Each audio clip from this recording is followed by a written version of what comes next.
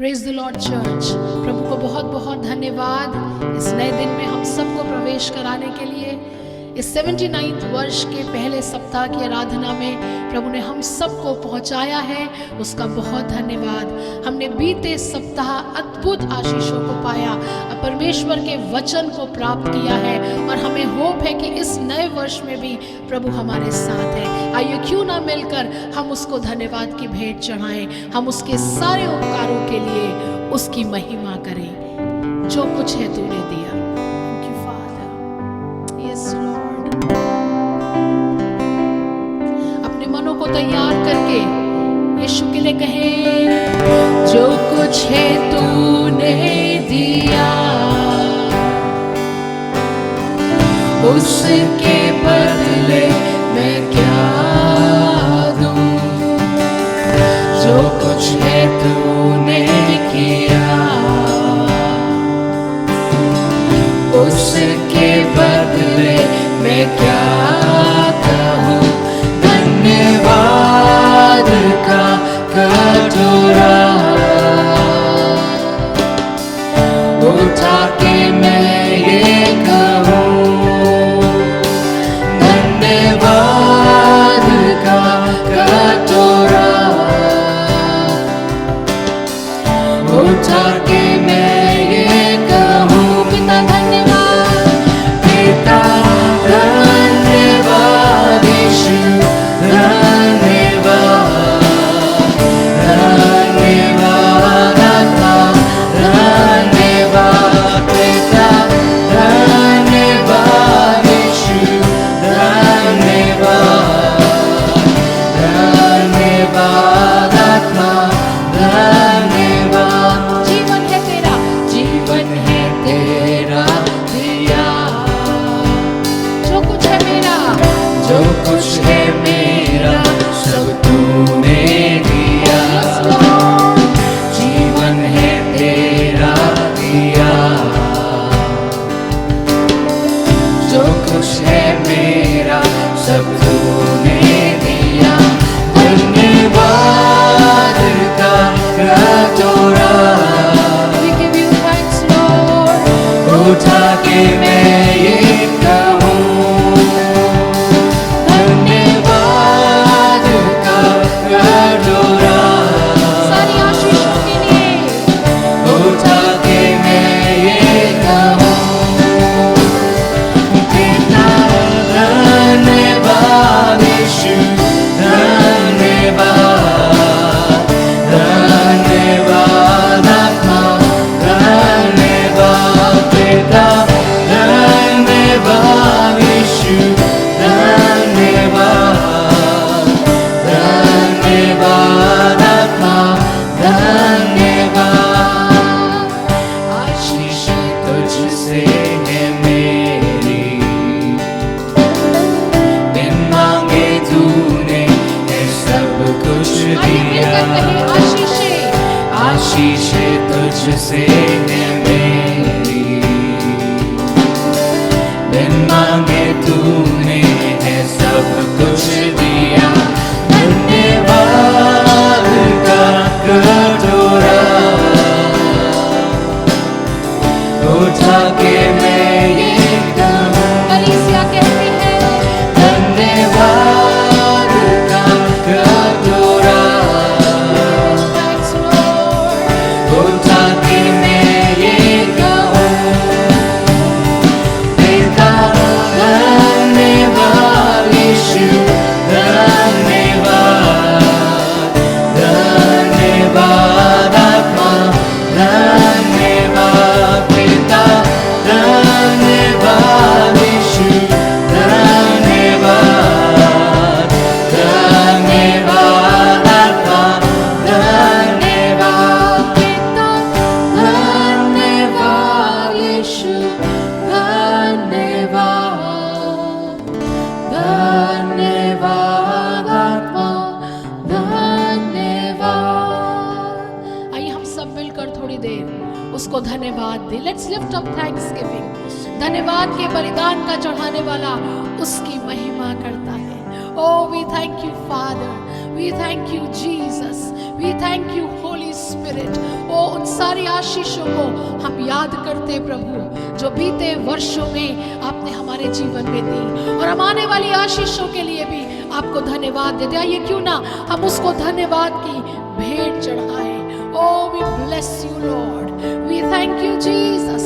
वो कितना भला है, उसकी करुणा सदा की है चर्च, उसकी भलाई सदा की है, उसकी मर्सी प्रति भोर को नहीं हो जाती। क्यों ना अपने मन को इनकरेज करें और अपनी आवाजों को उठाकर हम कहें प्रभु तेरी भलाई और तेरा ही प्यार, ओह प्रभु तेरा ही अनुग्रह अब तक काफी था। आइए मिलकर गाएंगे।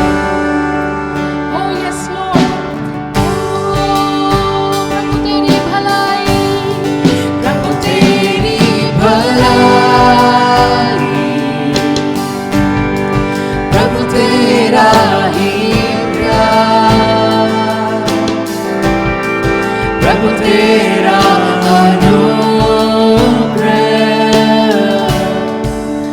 अब तक काफी था। मिलकर कहें प्रभु तेरी भलाई, प्रभु तेरी भलाई। Oh yes Father, प्रभु तेरा हीरा, प्रभु तेरा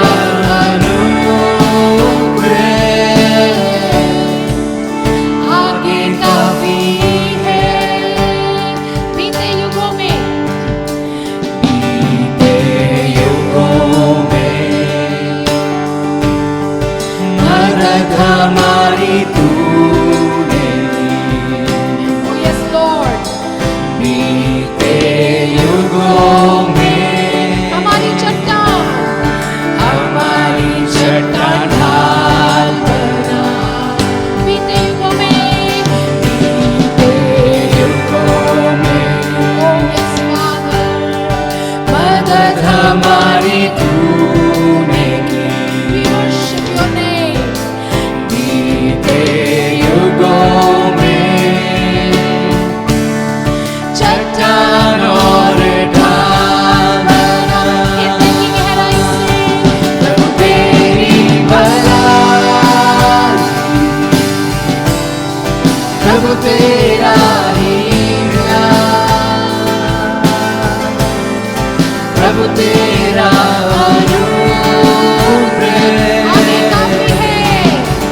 आगे काफी है। प्रभु तेरी भलाई, प्रभु तेरी भलाई। oh yes Jesus, प्रभु तेरा हीरा, oh yes, प्रभु तेरा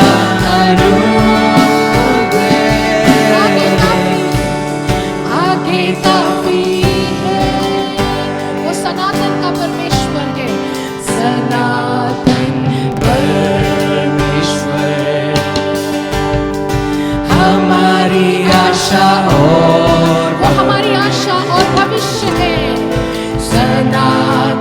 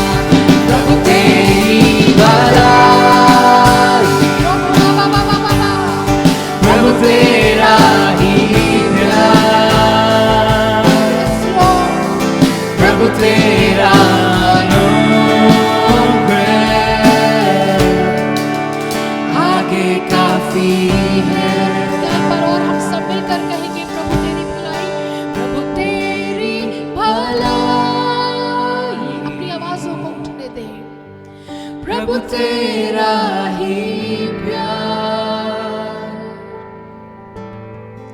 प्रभु तेरा अनुग्रह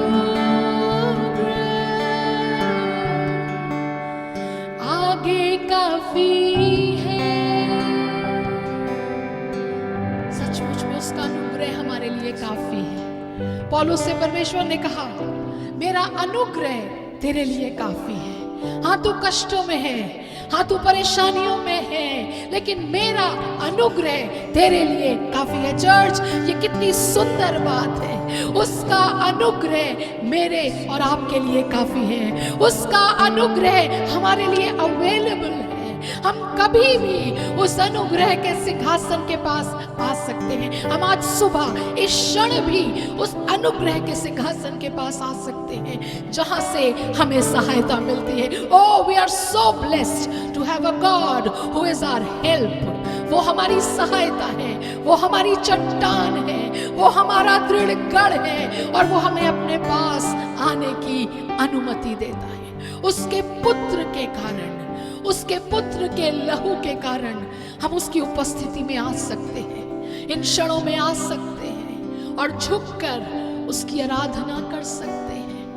Into thy presence, O Lord, into thy presence I come, not by the works, not by the works I have done. Can you say that to him? But by thy grace alone I come and bow, I come and bow before your throne. Into thy presence, into thy presence I come. yes Lord, Not by the works I have done, but by your grace, but by thy grace alone. let's come and bow before. I Come and bow before your throne, singing glory, singing glory, glory to the Lamb, glory to the Lamb that was slain, singing glory to the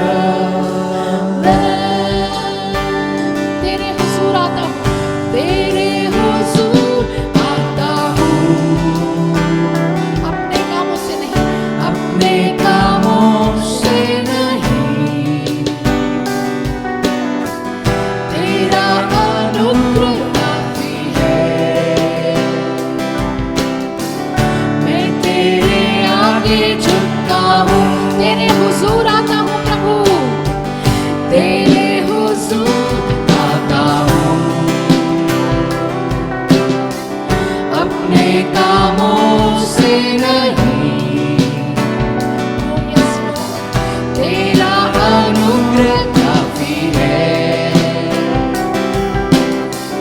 मैं तेरे आगे झुकता हूँ, गाता महिमा, गाता महिमा, महिमा मैंने की, महिमा मैंने की जो मेरा,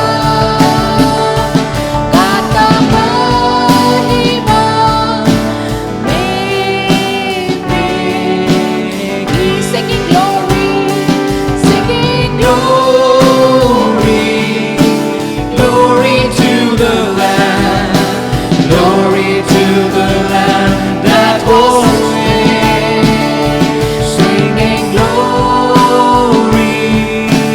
to the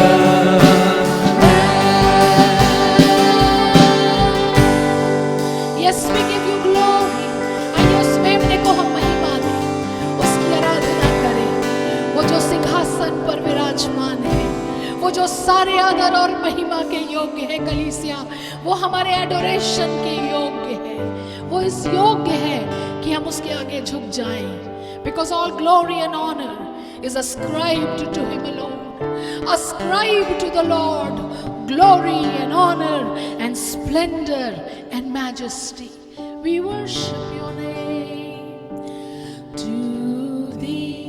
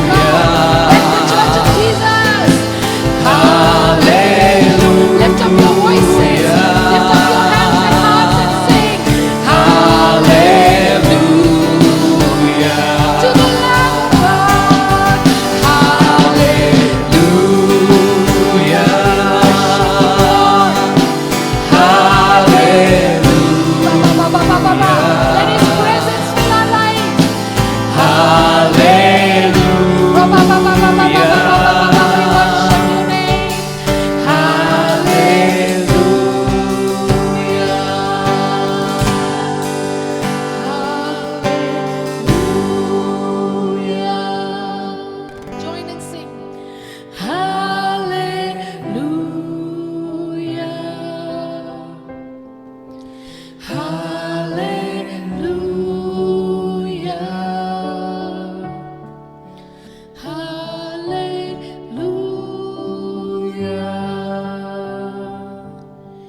Lord, we worship you.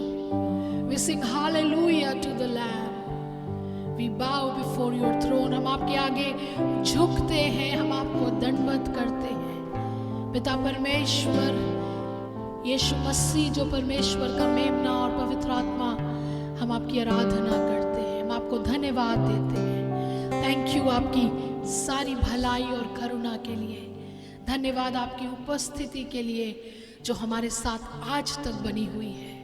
धन्यवाद प्रभु। आगे की पूरी सभा को, पूरी आराधना को आपके हाथों में देते, सारा आदर, सारी महिमा आपको देते, क्योंकि आप योग्य हैं।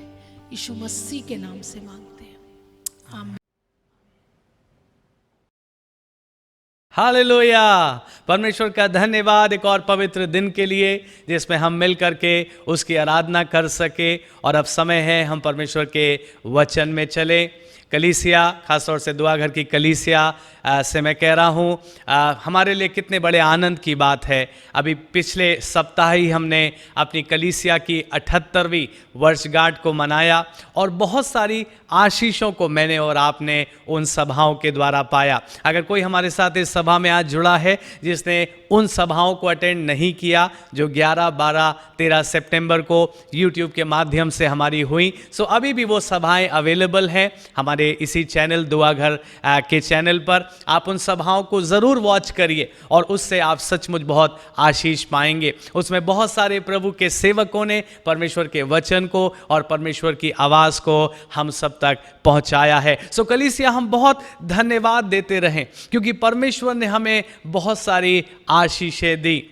और आज की सुबह मैं अपना और आपका ध्यान कुछ ऐसे ही विषय पर ले जाना चाहता हूं। आज के संदेश को जो मैंने शीर्षक दिया है वो यूं है, remember and remain. Remember and remain, याद करें और उसमें बने रहें।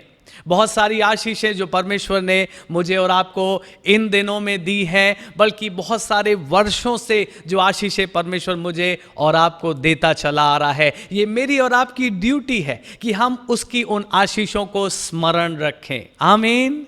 जब हम याद रखेंगे तभी तो हम धन्यवाद देंगे।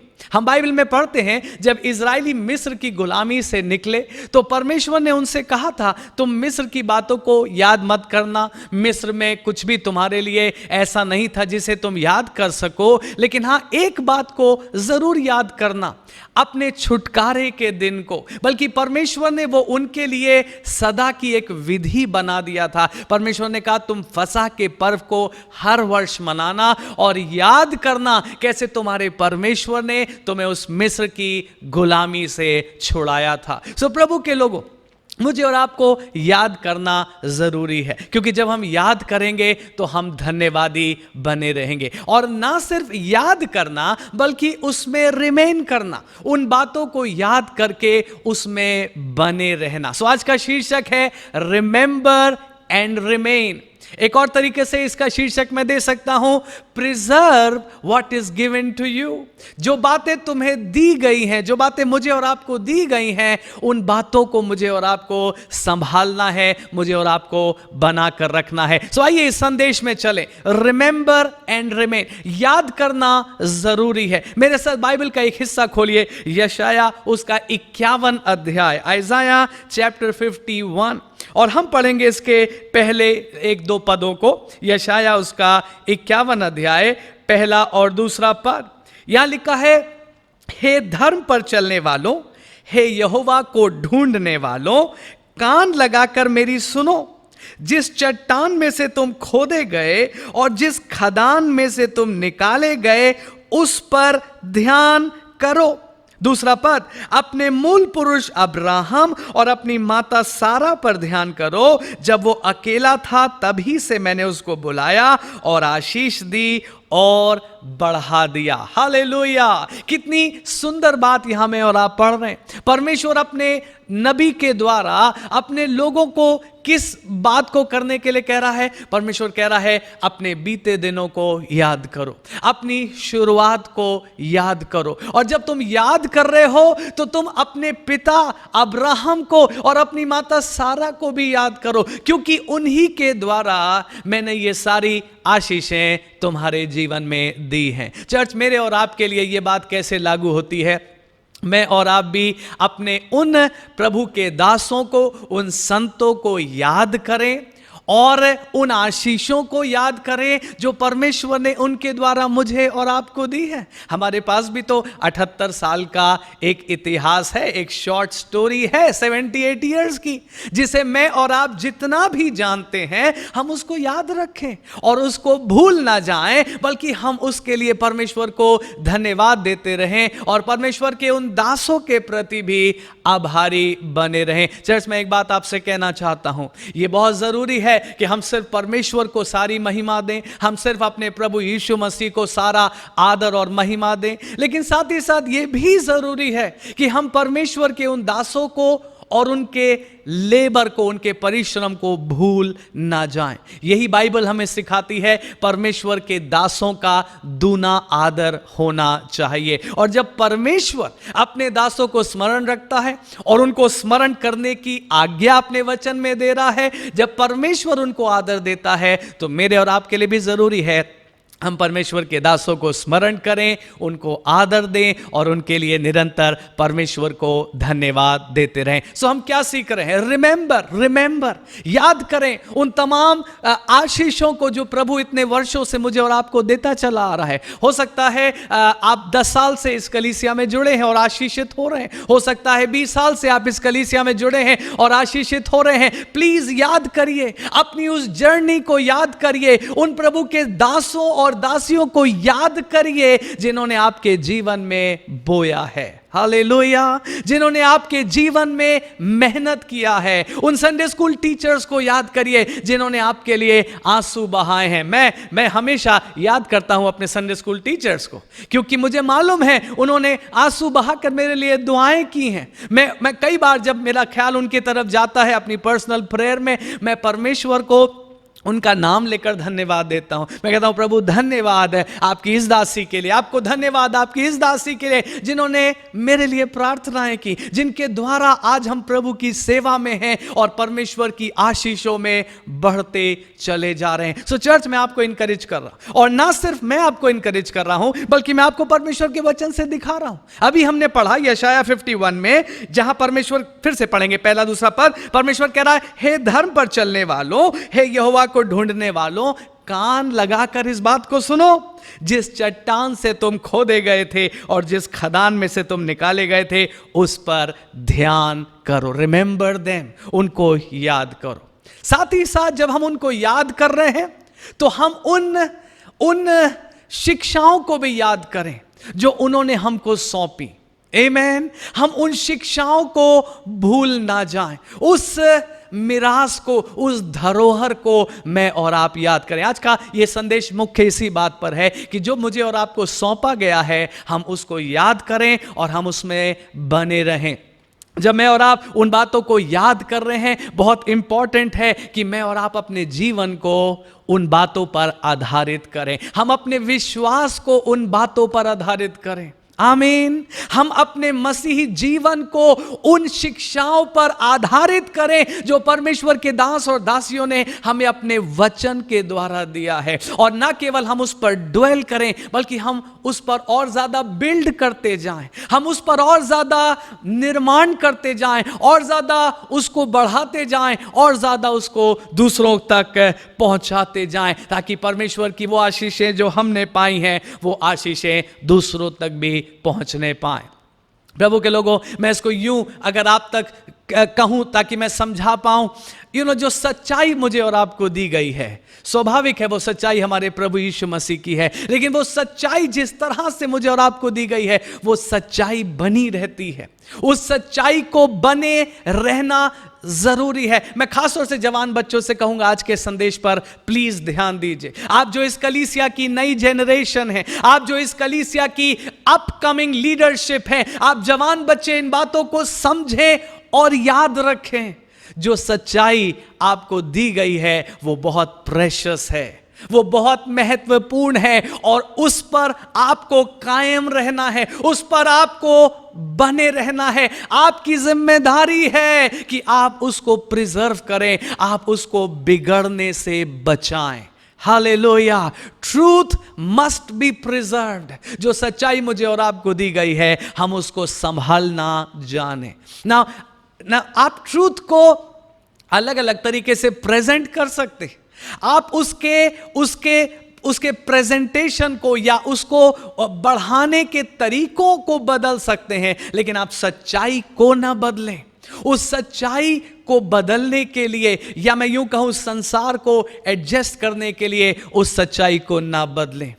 आप वर्शिप को अलग अलग प्रकार से कर सकते हैं, वर्शिप में अलग अलग माध्यम से आप आराधना को और सुंदर बना सकते हैं, लेकिन आप वर्शिप की स्पिरिट को नहीं बदल सकते। उसी तरीके से आप सच्चाई को अलग अलग तरीके से प्रेजेंट कर सकते हैं, लेकिन सच्चाई को बदल नहीं सकते। It is like a foundation.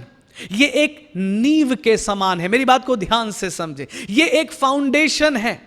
आप एक बिल्डिंग में बहुत सारी चीजों को बदल सकते हैं। आप बिल्डिंग के डिजाइन को बदल सकते हैं, आप इमारत के कलर को बदल सकते हैं, आप उसकी कुछ दीवारों को चेंज कर सकते हैं, लेकिन आप बिल्डिंग की नींव को कभी बदल नहीं सकते। राइट? आप बिल्डिंग में ऊपरी चीजों को तो बदल सकते हैं, लेकिन बिल्डिंग की नींव को आप कभी बदल नहीं सकते। राइट? और अगर कोई बिल्डिंग की नींव को बदल दे तो फिर उसने सभी कुछ बदल दिया। फिर कुछ भी ऐसा नहीं बचा जिसे कहा जाए ये पहले था, क्योंकि जब नींव बदल दी और नींव के ऊपर का निर्माण बदल दिया तो आपने सभी कुछ बदल दिया। और इसीलिए मैं और आप इस बात का ख्याल रखें, बल्कि हम परमेश्वर का धन्यवाद करते हैं तमाम उन अगुवों के लिए, परमेश्वर के दासों के लिए, जिन्होंने मेहनत की कि हमारी कलीसिया की नींव बनी रहे। हमारी कलीसिया जिन बातों पर आरंभ हुई थी, जिन शिक्षाओं पर हमारी कलीसिया आरंभ हुई थी, प्रभु को धन्यवाद, आज 78 साल बाद भी कलीसिया अपनी उस नींव पर बनी है। इसीलिए तो मैं और आप आशीष पा रहे हैं, क्योंकि किसी ने मेहनत की, किसी ने मेहनत करके उस नींव को बिगड़ने से बचाया। अगर आप उन लोगों से पूछें, उनमें से कुछ सो गए, कुछ अभी हैं भी, अगर आप उनसे पूछें, आंधी तूफान, बहुत सी ऐसी परिस्थितियां जरूर आई ताकि वो नींव बदल जाए, ताकि वो नींव हिल जाए, लेकिन उन्होंने मेहनत करी और उन्होंने उस नींव को बनाकर रखा। परमेश्वर जरूर अपने ऐसे दासों को बड़ा प्रतिफल देगा। लेकिन अब मेरी और आपकी जिम्मेदारी है चर्च, मैं इस जनरेशन से और कमिंग जनरेशन से कह रहा हूं, ये मेरी और आपकी जिम्मेदारी है, मैं और आप नींव को बनाए रखें। हम मत्ती 7 अध्याय में पढ़ते हैं, जब यीशु मसीह ने वो दृष्टांत दिया कि एक व्यक्ति ने चट्टान पर घर बनाया और एक व्यक्ति ने बालू पर घर बनाया, और मैं और आप उसको अच्छे से जानते हैं। अगर आप ध्यान दें, उस पूरे दृष्टांत का निचोड़ निकालें तो निचोड़ यही है, foundation is of utmost importance. जो नींव है वो सबसे महत्वपूर्ण है। आमेन? क्योंकि फाउंडेशन ही सारी चीजों को संभालती है। और इसीलिए मैं आपको इनकरेज कर रहा हूं, याद रखें किस चट्टान से मैं और आप खोदे गए हैं। याद रखें उन शिक्षाओं को जो मुझे और आपको सौंपी गई है, और उन शिक्षाओं को हम आगे दृढ़ बनाए रखें। आइए परमेश्वर के वचन में चले और इसी विषय पर आज हम बाइबल के कुछ हिस्सों में जाएंगे, इसको समझने सीखने के लिए। मेरे साथ खोलिए नीति वचन उसका 22वां अध्याय, नीति वचन उसका 22वां अध्याय और उसका 28वां पद, प्रोवर्ब्स चैप्टर 22 वर्स 28। और देखिए यहां क्या लिखा है, लिखा, जो सीमा तेरे पुरखाओं ने बांधी हो उस पुरानी सीमा को ना बढ़ाना। ध्यान से, जो सीमा तेरे पुरखाओं ने बांधी है उसको ना बढ़ाना। Don't try to alter it, don't try to change it. English में लिखा है, remove not the ancient landmark which your fathers have set. So प्रभु के लोगों, दुआगर की कलीसिया, मुझे और आपको बहुत कुछ सौंपा गया है। परमेश्वर ने अपने दासों के द्वारा मुझे और आपको एक पवित्र नींव सौंपी है, और अब ये मेरी और आपकी जिम्मेदारी है कि मैं और आप उसको उसी तरीके से बनाए रखें और नेक्स्ट जनरेशन को पास ऑन कर पाएं। आमीन। It is our responsibility. हम उस नींव पर किसी भी प्रकार का प्रहार होने ना दें। हम किसी प्रकार से किसी मॉडर्न टीचिंग के कारण या किसी ऐसी बात के कारण जो बड़ी लुभाने वाली है, जो बड़ी आकर्षित करती है, जो बड़ी भीड़ को बुला लाती है, ऐसी चीजों को ला करके हम उस नींव को बिगड़ने नहीं दे सकते, बल्कि ये मेरी और आपकी जिम्मेदारी है हम उस नींव को पवित्र बनाए रखें। चलिए मेरे साथ दूसरा यूहन्ना की पत्री, 2 जॉन, दूसरा यूहन्ना, और उसमें एक ही अध्याय है। हम पढ़ेंगे उसके 6 पद से 11 पद तक। और यहां जॉन एक कलीसिया को लिख रहा है। आप जब पढ़ते हैं ना उस महिला के नाम और उसके पुत्रों के नाम, वो कलीसिया की तरफ इशारा कर रहा है। कलीसिया और कलीसिया के सदस्यों को वो इस नाम से पुकार रहा है। आइए हम देखें इसी नींव के विषय में, उन शिक्षाओं के बारे में जॉन क्या लिख रहा है। दूसरा यूहन्ना एक ही अध्याय है, 6 पद से 11 पद, मेरे साथ केयरफुली पढ़िए। और प्रेम यह है कि हम उसकी आज्ञाओं के अनुसार चलें। ये वही आज्ञा है जो तुमने आरंभ से सुनी है। जॉन क्या याद दिला रहा है? कह रहा नई आज्ञा मैं तुम्हें नहीं दे रहा हूं, नई शिक्षा लेकर मैं नहीं आया हूं तुम्हारे पास, बल्कि मैं तुम्हें रिमाइंडर देना चाह रहा हूं, मैं तुमको फिर से स्मरण दिलाना चाह रहा हूं। ये आज्ञाएं पहले ही से तुम सुन चुके हो। आगे, और तुम्हें इस पर चलना भी चाहिए। ये आज्ञाएं तुम आरंभ से सुन चुके हो और तुम्हें इन पर चलना है, क्योंकि बहुत से ऐसे भरमाने वाले जगत में निकल आए हैं जो ये नहीं मानते कि यीशु मसीह शरीर में होकर आया। भरमाने वाला और मसीह विरोधी यही है ना। प्रभु के लोगों, इन दिनों में जितनी रॉन्ग टीचिंग्स, फॉल्स डॉक्ट्रिन्स आ गई हैं, शायद हमें नहीं पता पहले के समय में इतना अधिक था या नहीं, हो सकता हो। लेकिन मुझे और आपको केयरफुल होना है कि हम अपने टाइम्स में, अपने समय में इन रॉन्ग टीचिंग से बचें और हम अपनी कलीसिया को भी इन रॉन्ग टीचिंग से बचा करके रखें।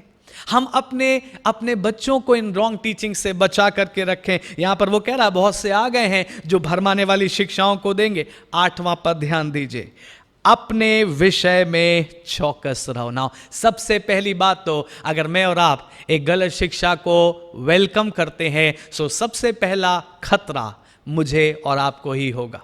कलीसिया को बाद में नुकसान होगा, अन्य लोगों को बाद में नुकसान होगा। इसलिए जॉन क्या कह रहा है? कह रहा है सबसे पहले अपने विषय में चौकस रहो कि जो परिश्रम हमने किया है उसको तुम गवा ना दो, वरन उसका पूरा प्रतिफल पाओ। ना, मैं चाहता हूं आप इमेजिन करिए, परमेश्वर के तमाम वो दास पास्टर BM चंद के समय से, और उसके बाद मिसेस चंद, और फिर बहुत सारे अन्य लीडर्स और वो बुजुर्ग लोग जो अभी भी हमारे साथ हैं, हमारे पासबान, बहुत से लोग जिन्होंने मेहनत करी, वो भी मुझसे और आपसे यही कहना चाहते हैं। हाँ, वो भी मुझसे और आपसे इसी बात को हमें समझाना चाहते हैं कि देखो, जो परिश्रम हमने तुम्हारे जीवनों में किया है उसे गवा मत देना, बल्कि हमारी इच्छा तो ये है कि तुम उस परिश्रम का पूरा प्रतिफल पाओ। हालेलुया। मैं और आप उन शिक्षाओं का पूरा प्रतिफल पाएं, तब हमारे वो लीडर्स, हमारे वो अगुवे आनंदित होंगे। 9वां पद देखिए, जो कोई मसीह की शिक्षा से आगे बढ़ जाता है और उसमें बना नहीं रहता, उसके पास परमेश्वर नहीं, और जो कोई उसकी शिक्षा में स्थिर रहता है उसके पास पिता भी है और पुत्र भी। कितनी खूबसूरत बात लिखी है। जो शिक्षा मुझे और आपको दी गई है, खास तौर से परमेश्वर के वचन के आधार पर, जब वो शिक्षा सही है तो सोचिए कितनी प्रेशियस बातें हमें सौंपी गई। और जॉन क्या लिख रहा है? कह रहा है उन टीचिंग से आगे मत बढ़ जाना। हाँ, कभी कभी कुछ लोग उन शिक्षाओं को भूल जाते हैं तो मतलब वो उन टीचिंग से पीछे रह गए। लेकिन यहां जॉन क्या लिख रहा है? कह रहा कुछ ऐसे भी हैं जो उन टीचिंग्स को बढ़ाना चाहते हैं या उन टीचिंग्स को अपने तरीके से एक आकार देना चाहते हैं, और कई बार वो उन टीचिंग्स से भी आगे बढ़ जाते हैं, या दूसरे शब्दों में अपने को बड़ा बनाने के लिए, अपने को कुछ दिखाने के लिए, अपने नाम को बड़ा करने के लिए वो इन टीचिंग से आगे बढ़ने की कोशिश करते हैं। लेकिन जॉन कह रहा है नहीं, अगर तुम इन शिक्षाओं से आगे बढ़ने की कोशिश करोगे तो तुम्हारे पास परमेश्वर नहीं होगा।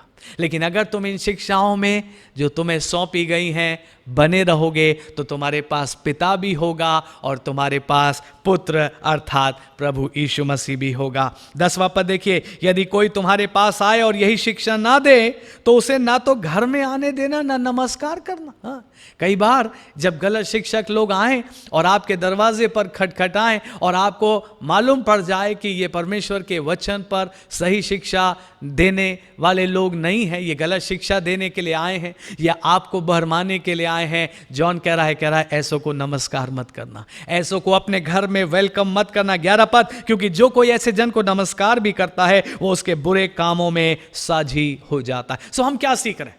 वो नींव, फाउंडेशन, उसको बदला नहीं जा सकता। आमेन। उस फाउंडेशन पर हम बिल्ड तो कर सकते हैं लेकिन उस फाउंडेशन को हम बदल नहीं सकते। और कुछ पदों में चलिए फाउंडेशन के विषय में कुछ चीजें जो मुझे बाइबल में दिखाई दी और मैं आज आप तक पहुंचाना चाहता हूं। आइज़ाया चैप्टर 6, यशाया उसका 6वां अध्याय, एक बहुत मशहूर अध्याय है जहां यशाया ने स्वर्ग को खुला हुआ देखा और सराफों को देखा और यीशु मसीह को सिंहासन पर विराजमान देखा, आपको मालूम है। और फिर वो स्वर्गदूत ने उसके होंठ को कोयले से छुआ और कहा तू शुद्ध है। लेकिन वो सारी घटना में हम नहीं जाएंगे, हम टुवर्ड्स एंड आएंगे। और वहां पर जब परमेश्वर यशाया से बात करने लगा तो परमेश्वर अपने लोगों अर्थात यरूशलेम और इज़राइल के लोगों के लिए कुछ दंड की बातें भी यशाया से कहता है। और परमेश्वर कहता है जाओ और उनको कहो कि वो इस दंड को जरूर उठाएंगे। और फिर देखिए, मैं सीधे आपको 13वें पद में ले चलूं, आइज़ाया 6 वर्स 13, चाहे उसके निवासियों का 10वां अंश भी रह जाए तो भी वो नष्ट किया जाएगा, परंतु जैसे छोटे या बड़े बांज वृक्ष को काट डालने पर भी उसका ठूंठ बना रहता है वैसे ही पवित्र वंश उसका ठूंठ रहेगा। ना ये बड़ी इंटरेस्टिंग तस्वीर, पेड़ को काट दो लेकिन उसके ठूंठ को छोड़ दो। हाँ, पेड़ को काट दो लेकिन उसके ठूंठ को छोड़ दो। मैं अभी समझाने की कोशिश करूंगा जो बात परमेश्वर ने मुझे समझने का ग्रेस दिया। लेकिन एक आध पद और देख लीजिए, यिर्मयाह 5 और 10, वहां पर भी कुछ ऐसी बात लिखी है। यिर्मयाह 5 और 10 लिखा, शहरपनाह पर चढ़ के उसका नाश तो करो तो भी उसका अंत मत कर डालो, उसकी जड़ रहने दो परंतु उसकी डालियों को तोड़कर फेंक दो क्योंकि वे यहोवा की नहीं है। ओह, वेरी इंटरेस्टिंग। वहां हमने क्या पढ़ा? पेड़ को काट दो लेकिन उसके ठूंठ को छोड़ दो। अब यिर्मयाह की पुस्तक में परमेश्वर क्या कह रहा है उसकी जड़ रहने दो परंतु उसकी डालियों को तोड़कर फेंक दो क्योंकि वे यहोवा की नहीं है। जो बात इन पदों को पढ़कर मुझे समझ में आई चर्च, वो बात यह है, नींव बहुत इंपॉर्टेंट है। और जब नींव सही होती है, जब जड़ सही होती है तो परमेश्वर उस नींव को बनाए रखता है। It is God who preserves the foundation. आमीन। मैं फिर से कहूं, जब नींव सही है, जब जड़ सही है तो एक बार को परमेश्वर जजमेंट भी भेजेगा ना, फिर भी परमेश्वर याद रखेगा ये नींव तो सही नींव है और परमेश्वर उस नींव को उखड़ने नहीं देगा। हालेलुया। परमेश्वर उस जड़ को नष्ट होने नहीं देगा। आपने यिर्मयाह में क्या पढ़ा अभी हमारे साथ? वहां लिखा, परमेश्वर कह रहा डालियों को फेंक दो क्योंकि वो डालियां मेरी नहीं है। मैं इसको यूं समझता हूं, या यूं मेरे अंदर एक दृश्य बनता है, नींव तो सही थी, शुरुआत तो सही थी, लेकिन इस समय तक आते आते जो सो कॉल्ड लोग थे या जो सो कॉल्ड लीडरशिप थी वो रॉन्ग चीजों में चले गए, वो रॉन्ग डायरेक्शन में चलने लगे और इस वजह से नींव तो वही थी लेकिन उन्होंने जो ऊपर निर्माण किया ना वो आउट ऑफ गॉड्स विल था। वो निर्माण परमेश्वर की मर्जी के अनुसार नहीं था और इसलिए परमेश्वर ने जब जजमेंट को भेजा तो परमेश्वर ने क्या कहा? परमेश्वर ने कहा नहीं, पेड़ को काट दो, इसकी डालियों को फेंक दो क्योंकि ये मेरी नहीं है। They do not belong to me. इसका मतलब परमेश्वर ने उसको एक्सेप्ट नहीं किया। लेकिन तभी परमेश्वर को याद था, लेकिन जो जड़ है वो तो परमेश्वर की है, जो शुरुआत है वो तो परमेश्वर के दासों ने पवित्रता के साथ की थी। इसीलिए तो मैंने आपको यशाया का वो पद पढ़ाया, उस चट्टान को याद करो जिसमें से तुम खोदे गए हो, उस खदान को याद करो जिसमें से तुम निकाले गए हो। मैं बहुत एक्साइटेड हूं जब ये चीज मुझे समझ में आई परमेश्वर के वचन में। नींव और जड़ परमेश्वर की ओर से थी, इसलिए परमेश्वर के जजमेंट में भी परमेश्वर ने उसको नष्ट होने नहीं दिया। परमेश्वर ने केवल उतने ही पार्ट को नष्ट किया जो उसकी विल में नहीं था। प्रभु के लोगों, जब मुझे और आपको एक पवित्र नींव दी गई है तो परमेश्वर उस नींव को प्रिजर्व रखता है और परमेश्वर उस नींव को नहीं भूलता। एक पद और पढ़िए, आप समझ जाएंगे जो बात मैं कहना चाह रहा हूं। यशाया 58, आइज़ाया 58, ये पद आप अच्छे से जानते भी हैं, आपने इसको कई बार पढ़ा भी होगा। पढ़िए मेरे साथ, यशाया 58 वर्स 12। तेरे वंश के लोग बहुत काल के उजड़े हुए स्थानों को फिर बसाएंगे, तू पीढ़ी पीढ़ी की पड़ी हुई नींव पर घर उठाएगा, तेरा नाम टूटे हुए बाड़े का सुधारक और पथों का ठीक करने वाला पड़ेगा। ना परमेश्वर क्या कह रहा है अपने लोगों से? परमेश्वर कह रहा है हां, खंडहर हो चुका है, सब कुछ बिगड़ चुका है, सब चीजों के ऊपर एक भारी न्याय आ गया और परमेश्वर ने चीजों को तबाह कर दिया है। लेकिन अगर आपने ध्यान दिया हो, वहां लिखा है लेकिन उसकी नींव अभी भी एज इट इज है, उसकी नींव अभी भी बनी हुई है। हालेलुया।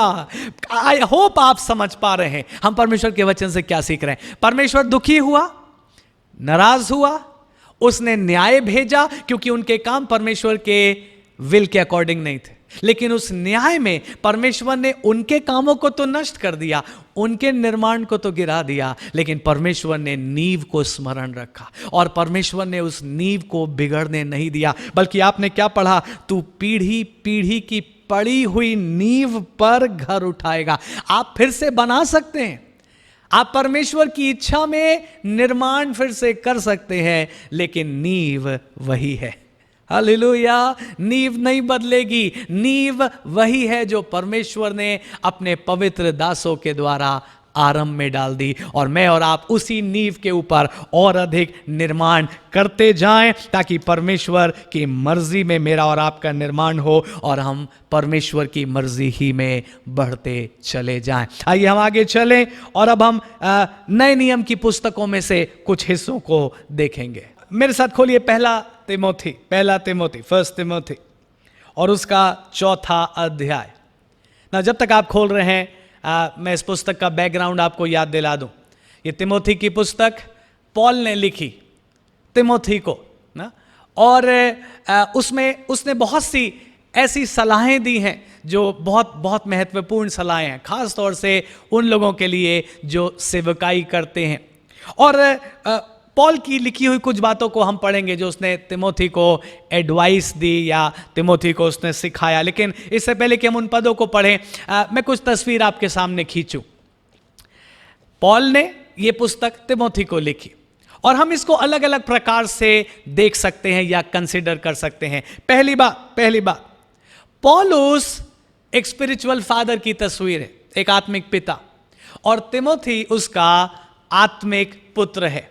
सो एक आत्मिक पिता अपने आत्मिक पुत्र को ये बातें लिख रहा है। दूसरा पहलू जिसमें हम देख सकते हैं, पॉल एक सीनियर लीडर है ना, आप कह सकते हैं पॉल एक बिशप के समान है, और वो पास्टर तिमोथी को ये पत्र लिख रहा है। सो एक सीनियर लीडर, एक बिशप, एक कलीसिया के पासबान को जो उसके अंडर है, उसको पत्र लिखकर कुछ बातों को समझाना चाह रहा है। एक और तरीके से हम इस पत्र को पढ़ सकते हैं, old people saying this to young people. हाँ, बुजुर्ग लोग या कोई बुजुर्ग व्यक्ति या कोई बुजुर्ग परमेश्वर का दास वो जवान लोगों को ये पत्र लिख करके सलाह दे रहा है। लेकिन एक और तरीके से हम इस पत्र को देख सकते हैं, परमेश्वर हर उस व्यक्ति से जो इस पुस्तक को पढ़ता है, परमेश्वर ये बातें उस व्यक्ति से कह रहा है। सो आप चाहे किसी भी तरीके से उस पुस्तक को देखें। मैं क्यों ये बातें कह रहा हूं? ताकि आप अपने को एक्सक्लूड ना करें, कई बार लोग तिमोथी और टाइटस की पत्रियों को पढ़ के सोचते हैं ओ ये तो केवल पास्टर्स के लिए, हम पास्टर नहीं हैं तो ये बातें हमारे लिए नहीं। नहीं नहीं नहीं नहीं नहीं, ये बातें परमेश्वर की ओर से हैं हर रीडर के लिए। हर व्यक्ति जो इन पुस्तकों को पढ़ता है, परमेश्वर हर उस व्यक्ति से इन बातों को कह रहा है। इवन एज बिलीवर हमारे सीनियर लीडर्स भी मुझसे और आपसे ये बातें कहना चाहते हैं। अब आइए देखें पौल ने तिमोथी को क्या सलाह दी। 4 अध्याय 13 पद से 16 पद। जब तक मैं ना आऊं तब तक पढ़ने और उपदेश देने और सिखाने में लौलीन रहे। उस वरदान के प्रति जो तुझ में है और भविष्यवाणी के द्वारा प्राचीनों के हाथ रखते समय तुझे मिला था, निश्चिंत मत रहे। इन बातों को सोचते रहे और इन्हीं में अपना ध्यान लगाए रहे ताकि तेरी उन्नति सब पर प्रकट हो जाए। पौल क्या कह रहा है तिमोथी से? कह रहा है जो बातें तुम्हें दी गई हैं, जो बातें तुम्हें सौंपी गई हैं, उन बातों को भूल मत जाना। भले ही तुम मिनिस्ट्री में ग्रो कर रहे हो, भले ही तुम अब खुद एक लीडर बन गए हो, लेकिन वो बातें जो तुम्हें तुम्हारे अगुओं ने दी हैं, डू नॉट फॉरगेट इट। उन बातों को भूलना नहीं, बल्कि उन बातों पर सोचता रहे, उन बातों में उन्नति करता रहे। देखिए 16 पद, क्योंकि जब ऐसा होगा 15 पद देख लीजिए, 15 और 16। इन बातों को सोचते रहे और इन्हीं में अपना ध्यान लगाए रहे ताकि तेरी उन्नति सब पर प्रकट हो। अपनी और अपने उपदेश की चौकसी रख, इन बातों पर स्थिर रहे, क्योंकि यदि ऐसा करता रहेगा तो तू अपने और अपने सुनने वालों के लिए भी उद्धार का कारण होगा। क्या देखा आपने? पौल तिमोथी को क्या लिख रहा है? जो बातें तुम्हें सिखाई गई हैं, जिन बातों से तुम्हारा आत्मिक जीवन आरंभ हुआ है, उन बातों को भूल मत जाना, बल्कि उन बातों को सोचते रहना, उन बातों में स्थिर रहना, तब तुम्हारी उन्नति सब पर प्रकट होगी। प्रभु के लोगों, खासतौर से जवान बच्चों, मैं आपसे क्या कहना चाह रहा हूं, जो बातें मुझे और आपको परमेश्वर ने अपनी इस कलीसिया के द्वारा सिखाई हैं, दी हैं, आप उन्हें भूल नहीं सकते। आप नई बातों को सीखिए, कोई मनाही नहीं है। आप बहुत कुछ अपने जीवन में, अपने करियर में उन्नति करिए, कोई मनाही नहीं है। लेकिन जो बातों से आपका आत्मिक जीवन आरंभ हुआ है, जो मूल बातें हैं, जो आरंभिक बातें हैं, आप उन्हें भूल नहीं सकते। आमीन। आपको उनको याद रखना है, आपको उनमें स्थिर बने रहना है, आपको उन बातों में ग्रो करना है, तब आप अपने लिए और दूसरों के लिए भी उद्धार का कारण बनेंगे। एक और हिस्से में चलिए, 2 तिमोथी उसका 1 अध्याय, 2 तिमोथी चैप्टर 1। और अगेन पॉल तिमोथी को लिख रहा है, एक सीनियर लीडर पास्टर को लिख रहा है, या अपने स्पिरिचुअल पुत्र को लिख रहा है। परमेश्वर है जो इन बातों को मुझसे और आपसे कह रहा है। 2 तिमोथी 1 अध्याय 3 पद को देखिए जरा। जिस परमेश्वर की सेवा मैं अपने बाप दादाओं की रीति पर शुद्ध विवेक से करता हूं, उसका धन्यवाद हो। पॉल क्या कह रहा है? कह रहा है मैं परमेश्वर की सेवा जरूर कर रहा हूं, लेकिन अपने बाप दादाओं की रीति पर कर रहा हूं। मैं अपनी ही रीति पर नहीं चल रहा हूं, मैंने कोई अपना ही मूवमेंट नहीं शुरू कर दिया है। और यह भी कौन कह रहा है? पॉल जैसा व्यक्ति, पौलुस जैसा व्यक्ति। आप उसके आत्मिक स्टैंडर्ड को जानते हैं। और क्या लिख रहा है पौलुस तिमोथी को सिखाने के लिए? कह रहा है तिमोथी, मैं भले ही एक सीनियर लीडर हूं, लेकिन फिर भी मैं उन बातों को नहीं भूला जो मुझे मेरे बाप दादाओं ने सौंपी थी। मैं उन्हीं की रीति पर आज भी चल रहा हूं। प्रभु के लोगों, याद रखना जरूरी है।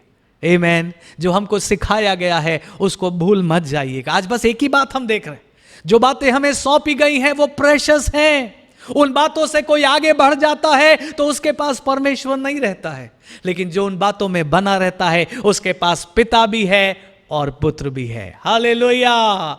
जवान बच्चों, आप कितना भी ग्रो कर जाएं, चाहे मिनिस्ट्री में, लेकिन उन बातों को याद रखिएगा जो आपको आपके अगुओं ने सिखाई है, जहां से आपकी शुरुआत हुई है। सो पॉल क्या कह रहा है?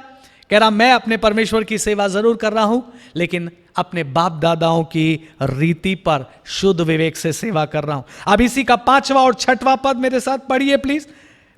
मुझे तेरे उस निष्कपट विश्वास की सुधि आती है, ये तिमोथी के लिए कह रहा है, जो पहले तेरी नानी लोइस और फिर तेरी माता यूनिके में था, और मुझे निश्चय है कि तुझ में भी है। ओ सो पॉल याद कर रहा है तिमोथी के ग्रैंड मदर को और मदर को, और क्या कह रहा है? कह रहा है तिमोथी मुझे याद है तेरी नानी उसका विश्वास और तेरी मां का विश्वास, और मैं आशा करता हूं कि जो उन्होंने तुम्हें सिखाया है तिमोथी, तुम उन बातों में चल रहे हो। देखिए फिर से पढ़ूंगा, बहुत इंपॉर्टेंट है। कई बार ऐसे पदों पर हम ध्यान नहीं करते ना, लेकिन अच्छा है आज हम ऐसे पदों को भी पढ़ रहे हैं। फिर से देखिए 5वां पद, मुझे तेरे उस निष्कपट विश्वास की सुधि आती है, मतलब मैं अक्सर याद करता हूं, जो पहले तेरी नानी लोइस और तेरी माता यूनिके में था, और मुझे निश्चय है कि तुझ में भी है। वर्स 6 देखिए, इसी कारण मैं तुझे सुधि दिलाता हूं कि तू परमेश्वर के उस वरदान को जो मेरे हाथ रखने के द्वारा तुझे मिला है प्रज्वलित कर दे। पॉल बार बार तिमोथी को क्या समझा रहा है? उन बातों को भूल मत जाना, उन बातों में बने रहना, उन बातों में तेरी उन्नति और अधिक करते जाना। हालेलुया। पॉल कह रहा है फिर बहुत से वरदान मेरे द्वारा तुझे मिले तिमोथी, उन बातों में भी बना रहना और उसको और प्रज्वलित कर देना। हालेलुया। बहुत इंपॉर्टेंट है जो विषय आज मैं और आप सीख रहे हैं। इसी पुस्तक के 3 अध्याय 14वें पद को देखिए, 2 तिमोथी 3:14, पर तू उन बातों पर जो तूने सीखी है और विश्वास किया है ये जानकर दृढ़ बना रहे कि तूने उन्हें किन लोगों से सीखा है। ओ उन बातों को याद रख, उन बातों में दृढ़ रहे, और कभी मत भूलना किन लोगों से तूने सीखा। शुरू में हमने देखा था ना, हम परमेश्वर को सारी महिमा देते हैं और देते रहेंगे, लेकिन हमें उन प्रभु के दासों को भी याद रखना है जिनके द्वारा हमने उन्नति पाई है, जिनके द्वारा हमने आशीषें पाई हैं, और हम परमेश्वर में बढ़ते चले जा रहे हैं। अब हम आखिरी हिस्से में हैं संदेश के। मेरे साथ खोलिए प्रकाशित वाक्य की पुस्तक। हम इसी विषय को प्रकाशित वाक्य की पुस्तक में 1-2 जगह पढ़ के और फिर संदेश को समाप्त करेंगे। प्रकाशित वाक्य बाइबल की आखिरी किताब, उसका 2 अध्याय, और हम पढ़ेंगे इसके 25 पद से 28 पद तक, थुआतीरा की कलीसिया के बारे में। अगर आपको उस कलीसिया के बारे में सब डिटेल्स जानने हो तो आप खुद उसके 18 पद से पढ़ सकते हैं, उस कलीसिया की क्या दशा थी, यीशु मसीह उस कलीसिया के विषय में क्या क्या बातें कह रहा है। लेकिन हम केवल इसके आखिरी के पदों को पढ़ रहे हैं 25 पद से। पर हां, जो तुम्हारे पास है उसको मेरे आने तक थामे रहो। This is Jesus saying to his church. यीशु मसीह है जो अपनी कलीसिया थुआतीरा से क्या कह रहा है? पर हां, जो कुछ तेरे पास है, जो तुझे दिया गया है, उन बातों को मेरे आने तक क्या करना? थामे रखना। जो जय पाए और मेरे कामों के अनुसार अंत तक करता रहे, मैं उसे जाति जाति के लोगों पर अधिकार दूंगा। थोड़ा सा रुक जाइए। अधिकार सबको पसंद है। मेरे पास अधिकार होना चाहिए, मेरे पास पदवी होनी चाहिए।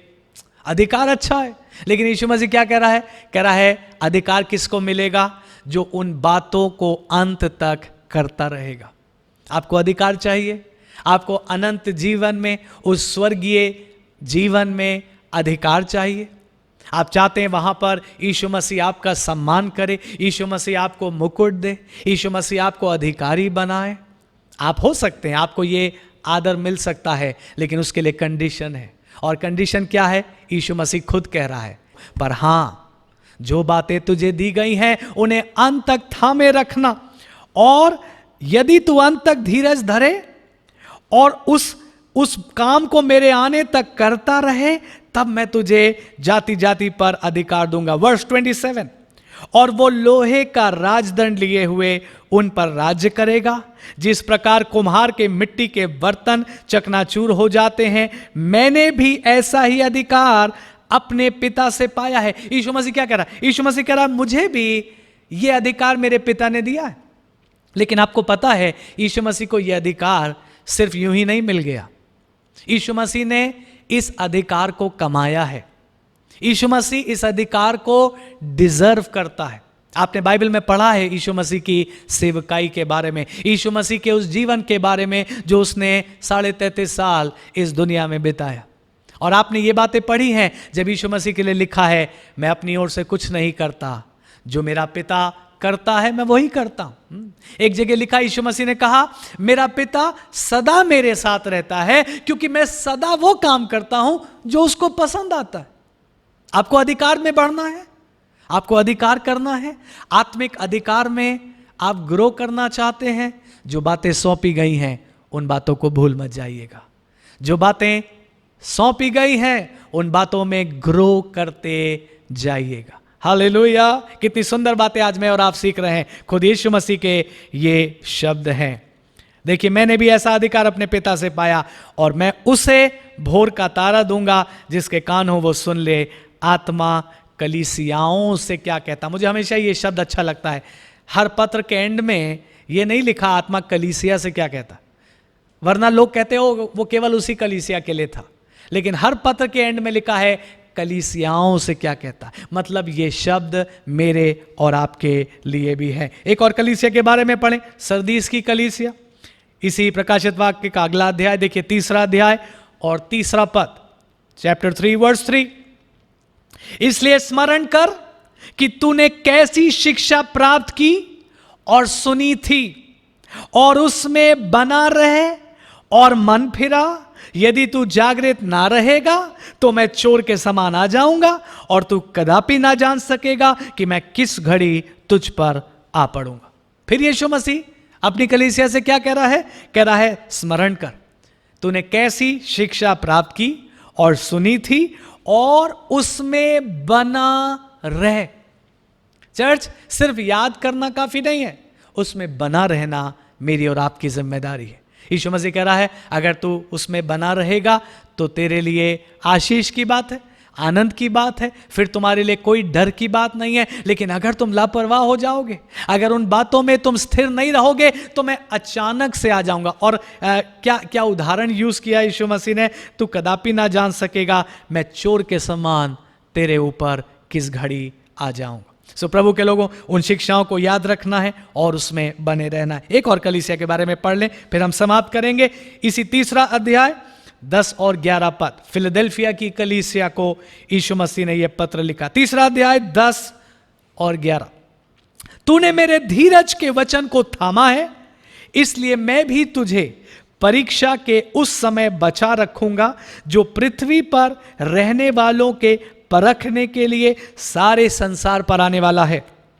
मैं शीघ्र ही आने वाला हूं, जो कुछ तेरे पास है उसे थामे रहे कि कोई तेरा मुकुट छीन ना ले। तीसरी बार इन 7 में से 3 कलीसियाओं को यीशु मसीह ने एक ही बात कही, जो कुछ तुम्हें दिया गया है उसे थामे रखना। और मैं विश्वास करता हूं आज के दिन, आज इस पवित्र दिन में हमारा प्रभु यीशु मसीह हमसे भी ये बात कह रहा। दुआघर कलीसिया 3 बार प्रभु ने उन 7 पत्रों में लिखा, और आज मेरे और आपके लिए भी यीशु मसीह इसी बात को हमसे कहना चाहता है। जो तुम्हें सौंपा गया, जो शिक्षाएं तुम्हें सिखाई गई, जिन बातों से तुम्हारा आरंभ हुआ है, उन बातों में बने रहना, उन बातों को भूल मत जाना, उन बातों में स्थिर रहना। मैं फिर से अपनी बात दोहरा रहा हूं, हम नींव के ऊपर और निर्माण तो कर सकते हैं, लेकिन नींव को बदल नहीं सकते। जो फाउंडेशन हमको दी गई है, हम उसको कभी बदलने की कोशिश ना करें। इससे पहले हम प्रार्थना करें जवान बच्चों से, जो दुआघर कलीसिया के जवान बच्चे हैं, हम आपसे निवेदन करते हैं, क्योंकि हमने भी इसी प्रकार से सेवा करना सीखा। हम भी आपके एज के समय से प्रभु की सेवा में आए, और बहुत से अन्य प्रभु के सेवक इसी प्रकार से कलीसिया में अपनी सेवाएं देते रहे। लेकिन हम सब ने एक ही प्रयास किया, जो नींव थी वो बनी रहे, नींव बिगड़ ना जाए, नींव बदल ना जाए।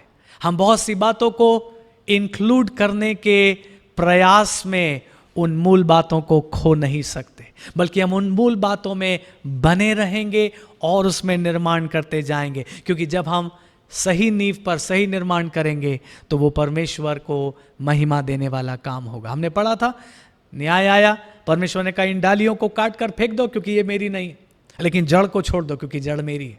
काश प्रभु करे मैं और आप जो भी काम करें, कलीसिया में मेरा और आपका जो भी योगदान है या भविष्य में हो, वो सब कुछ उस पक्की नींव पर हो, उस स्थिर नींव पर हो जो परमेश्वर ने बनाई है। और परमेश्वर के दासों ने बनाई है, ताकि जो काम मैं और आप करें उससे परमेश्वर को हमेशा महिमा मिले, बहुत से लोगों का उद्धार हो, बहुत से लोग जीवन पाएं, बहुत से लोग चंगाइयाँ पाएं, बहुत से लोग परमेश्वर के राज्य में जोड़ दिए जाएं। और जब तक यीशु मसीह का आगमन नहीं होता, हमारी कलीसिया अपने दर्शन को पूरा करती रहे। आइए, हमारे पास समय है, हम मिलकर के प्रार्थना में चलें।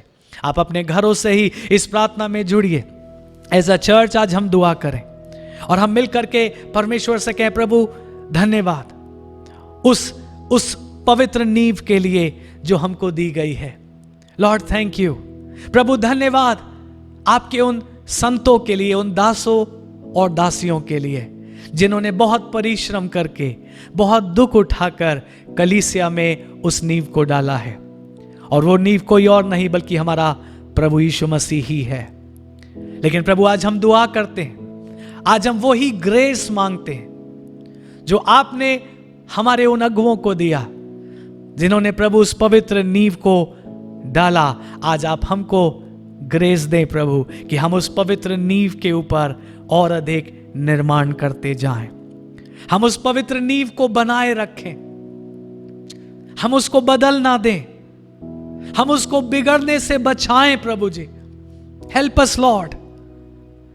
मैं खास तौर से चुनौती देता हूं इस जनरेशन को और आने वाली जनरेशन को, उन बच्चों को जो समझदार हैं और आप इस वचन को समझ पा रहे हैं। अभी आपने सेवकाई शुरू नहीं करी, अभी आप यूथ में हैं, अभी आप मीडिया में हैं, अभी आप वर्शिप टीम का हिस्सा हैं, लेकिन आने वाले समयों में यह सेवा परमेश्वर आपके हाथों में देना चाहता है। अगर आप वफादार रहें, जैसे पौल ने तिमोथी को कहा, आज परमेश्वर के तमाम सीनियर लीडर्स आपसे कहना चाहते हैं, परमेश्वर के सेवक, परमेश्वर के लोग आपसे कहना चाहते हैं, उन बातों में बने रहना।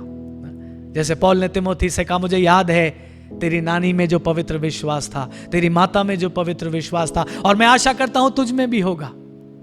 आज हम आपसे कहना चाहते हैं, उस पवित्र विश्वास में बने रहिए। फिर यीशु मसीह के उन शब्दों को याद रखिएगा, जो बातें तुम्हें दी गई हैं अंत तक उसमें बने रहना, तब मैं तुम्हें एक मुकुट दूंगा, तब मैं तुम्हें अधिकारी बनाऊंगा। हालेलुया। प्रभु जी, हम आपको धन्यवाद देते। ओ थैंक यू जीसस। आइए अपने हाथों को उठाकर धन्यवाद दें, परमेश्वर की आराधना करें। Thank you Jesus.